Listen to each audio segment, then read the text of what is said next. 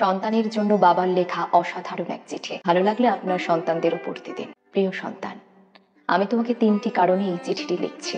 জীবন, ভাগ্য এবং দুর্ঘটনার কোনো নিশ্চয়তা নেই। কেউ জানে না সে কতদিন বাঁচবে। আমি তোমার বাবা।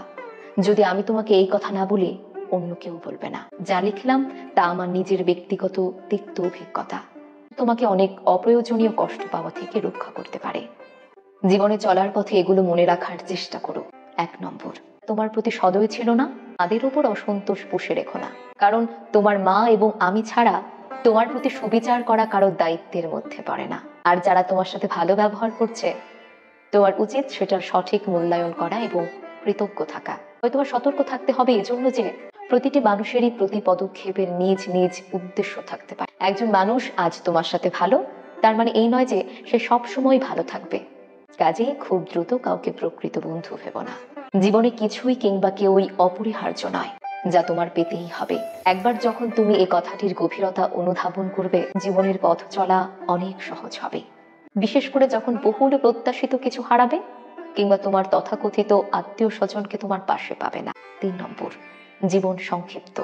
আজ তুমি জীবনকে অবহেলা করলে কাল জীবন তোমাকে ছেড়ে চলে যাবে। জীবনকে তুমি যত তাড়াতাড়ি মূল্যায়ন করতে শিখবে, ততই বেশি উপভোগ করতে পারবে। 4 নম্বর, ভালোবাসা একটি ক্ষণস্থায়ী অনুভূতি ছাড়া কিছুই নয়। মানুষের মেজাজ আর সময়ের সাথে সাথে এই অনুভূতি বিবর্ণ হবে। যদি তোমার তথাকথিত কাছের মানুষ তোমাকে ছেড়ে চলে যায়, ধৈর্য ধরো। সময় তোমার সব ব্যথা বিষণ্ণতাকে ধুয়ে মুছে দেবে। প্রেম ভালোবাসার মিষ্টতা এবং সৌন্দর্যকে নিয়ে বাড়াবাড়ি করবে না।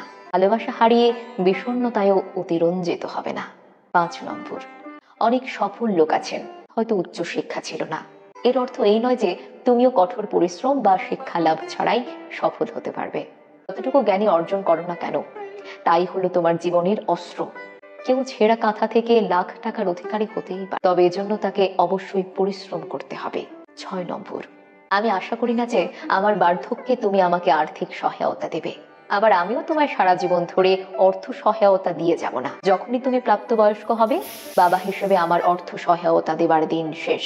তোমাকে সিদ্ধান্ত নিতে হবে, তুমি কি পাবলিক পরিবহনে যাতায়াত করবে নাকি নিজস্ব লিমুজিন হাঁকাবে, গরিব থাকবে নাকি ধনী হবে।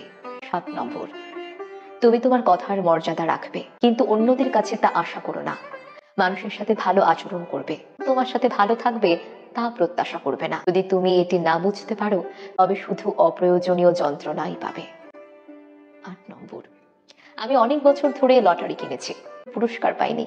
তার মানে হলো এই যে যদি তুমি সমৃদ্ধি চাও, তবে কঠোর পরিশ্রম করতে হবে। বিনামূল্যে কোথাও কিছু জুটবে না। 9 নম্বর, তোমার সাথে আমি কতটা সময় থাকবো সেটা কোনো ব্যাপার না। আমাদের একসাথে কাটানো মুহূর্তগুলো উপভোগ করি, মূল্যায়ন করি। ভালোবাসা সহ, তোমার বাবা।